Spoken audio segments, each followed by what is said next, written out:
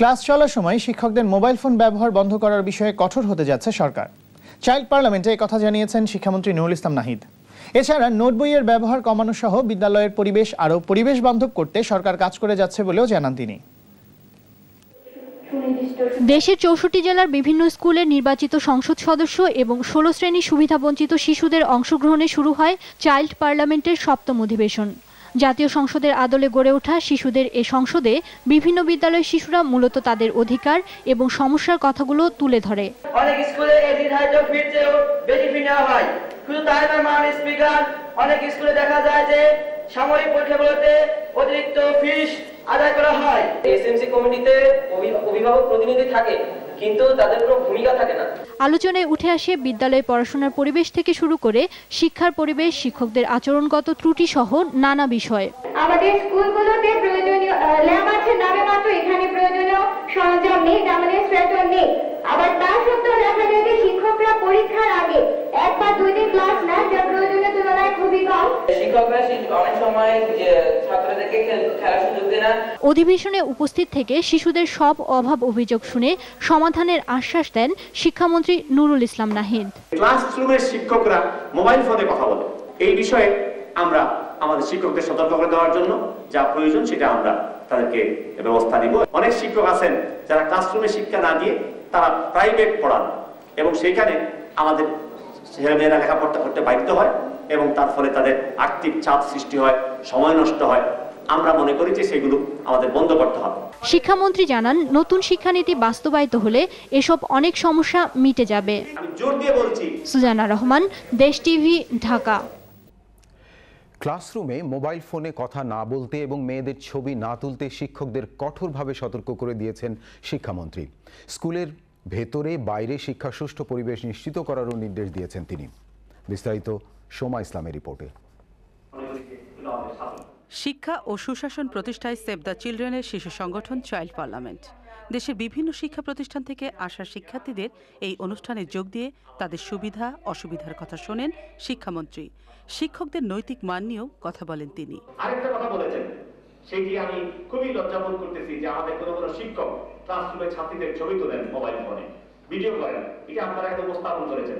আমি আশা করব যে আমাদের শিক্ষকরা এই সব বিষয়গুলোতে নিজেদের নৈতিক মূল্যবোধের দিকে আরো দৃষ্টি দিবেন, আর যেন কখনো আমরা এই অভিযোগ শুনতে না পাই। এবং এই বিষয়ে আমরা আমাদের শিক্ষককে সতর্ক করে দেওয়ার জন্য যা প্রয়োজন সেটা আমরা তাদেরকে ব্যবস্থা নিব। এবং এই শিশু পার্লামেন্ট থেকে যে বক্তব্যটা এখন উত্থাপিত হলো সেটা শিক্ষকদের কাছে পৌঁছাবে, আর তারা ক্লাসরুমে মোবাইল ফোন নিয়ে যাবেন না, নিলেও বন্ধ করে পকেটের মধ্যে রাখবেন। স্কুল জীবন থেকে একটি মেয়ে শিশু যাতে ঠিকমতো বেড়ে উঠতে পারে সেই জন্য দৃষ্টিভঙ্গি পরিবর্তনের কথাও বলেন শিক্ষামন্ত্রী। আমরা চাই আমাদের ছেলেদের দৃষ্টিভঙ্গি পরিবর্তন হোক, তাদের নৈতিক মূল্যবোধের উন্নতি হোক, যাতে তারা মেয়েদের প্রতি একটা সুন্দর ভালো দৃষ্টিভঙ্গি নিয়ে চলতে পারেন। শিক্ষামন্ত্রীর আশা, নতুন যে শিক্ষানীতি হচ্ছে তার বাস্তবায়নে সঠিক দিক নির্দেশনা পাবে নতুন প্রজন্ম। সোমা ইসলাম, চ্যানেল আই, ঢাকা। শিক্ষামন্ত্রী নুরুল ইসলাম নাহিদ দাবি করেছেন, বিনামূল্যে পাঠ্যপুস্তক বিতরণের সুফল আসতে শুরু করেছে, কমেছে ঝরে পড়ার সংখ্যা। এলজিইডি মিলনায়তনে শিশু সংসদ অধিবেশনে এ দাবি করেন তিনি। মন্ত্রী আরও বলেন, অতীতের কোনো শিক্ষানীতি বাস্তবায়ন না হলেও এবারের নীতি বাস্তবায়ন হবেই। সাইদুল ইসলামের রিপোর্ট। নামে চাইল্ড পার্লামেন্ট বা শিশু সংসদ হলেও খুদে এই সংসদ সদস্যরা যেসব সমস্যা তুলে ধরেন তা আমাদের শিক্ষা ব্যবস্থার একেবারে মৌলিক সমস্যা।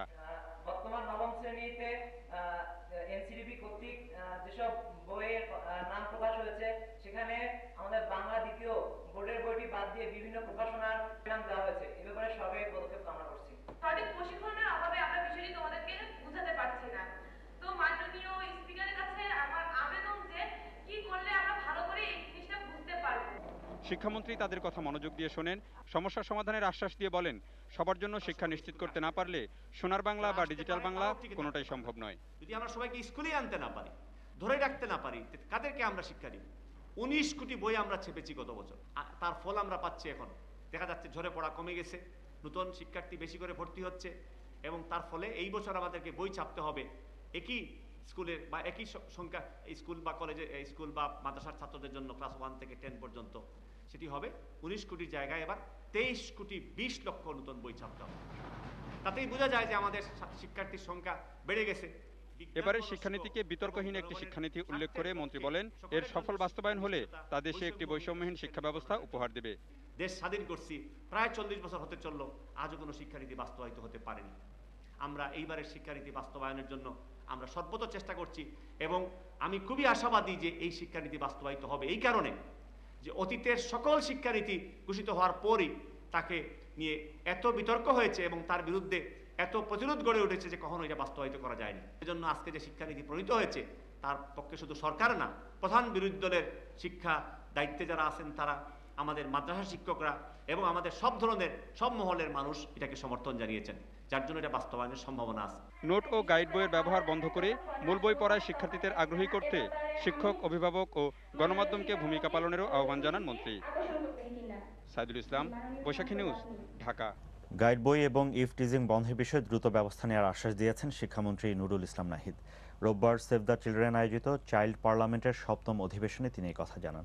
অধিবেশনে দেশের ৬৪ জেলার শিশু সাংসদরা সংসদীয় পদ্ধতিতে নিজেদের এলাকার শিক্ষা ব্যবস্থার দুর্দশা তুলে ধরেন।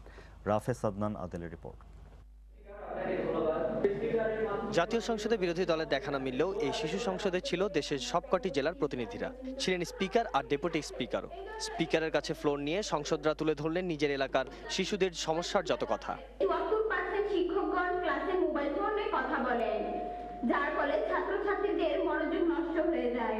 আবার কখনো কখনো মোবাইল ফোনে শিক্ষকরা এতটাই উত্তেজিতপূর্ণ হয়ে ওঠে যে তার প্রভাব ছাত্রছাত্রীদের উপর গিয়ে পড়ে। তাই মাননীয় স্পিকার, আমি আপনার মাধ্যমে মহান সংসদে উক্ত বিষয়টি আলোচনা করার জন্য উপস্থাপন করলাম। কোরাম পরিপূর্ণ সংসদে বিধি মোতাবেক বেশ কয়েকটি তারকা চিহ্নিত প্রশ্নও তুলে ধরা হয়। প্রতিটি প্রশ্নের পর ছিল সম্পূরক সমাধান। তাদের আলোচনায় উঠে এসেছে পাঠদান পদ্ধতি, বিদ্যালয়ের পরিবেশ, বিদ্যালয়ের ব্যবস্থাপনা, ইফটিজিং সহ সুনির্দিষ্ট কিছু সমস্যা। ক্ষুদ্র পরিসরে হলেও নতুন প্রজন্মের জন্য সংসদীয় গণতন্ত্র চর্চার একটি প্ল্যাটফর্ম এটি। সমস্যাগুলো যেগুলো তারা চিহ্নিত করে সেগুলো তাদের দৃষ্টিতে যেটা সমস্যা করা যায়, সমস্যা সমাধান করা যায়, সেগুলো তারা নীতি নির্ধারণী যারা থাকেন তাদের মাঝে তুলে ধরছে। শিশুদের কাছ থেকে তাদের সমস্যাগুলো জেনেই প্রয়োজনীয় ব্যবস্থা নেওয়া উচিত। চাইল্ড পার্লামেন্টের মাধ্যমে আমরা সেই চেষ্টাই করে যাচ্ছি। শিক্ষামন্ত্রী বললেন, শিশুদের আলোচিত সমস্যাগুলো নিরসনে সরকার নিরলসভাবে কাজ করে যাচ্ছে। কোনো কোনো জায়গায় শিক্ষক মেয়েদের ছবি তোলেন, ক্লাসে ছাত্রীদের ছবি তোলেন, ভিডিও করেন। এইখানে তারা প্রকাশ্যে বলছেন তারা পার্লামেন্টে তাদের অভিজ্ঞতা, তো সেগুলোর ব্যাপারে আমরা সচেতন হব। আমাদের বাচ্চারা এত উৎসাহের সাথে তারা এরকম একটা সুন্দর আলোচনা করছেন এবং এটা যুক্তিপূর্ণ আলোচনা করছেন, তার সমাধানের পথ বাতলে দিচ্ছেন এবং খুব কম সময়ে তার সঠিক প্রশ্ন তুলে ধরছেন। নিশ্চয়ই সেখান থেকে আমরা অনেক কিছুই শিখতে পারবো বা উদ্বুদ্ধ হব। শিশু সংসদের মতো দলমত নির্বিশেষে সকলের অংশগ্রহণে জাতীয় ইস্যুগুলোতে আবারও প্রাণবন্ত হয়ে উঠবে জাতীয় সংসদ, এমনটাই প্রত্যাশা সকলের। রাফেজ আদনান আদেল, এটিএন নিউজ, ঢাকা।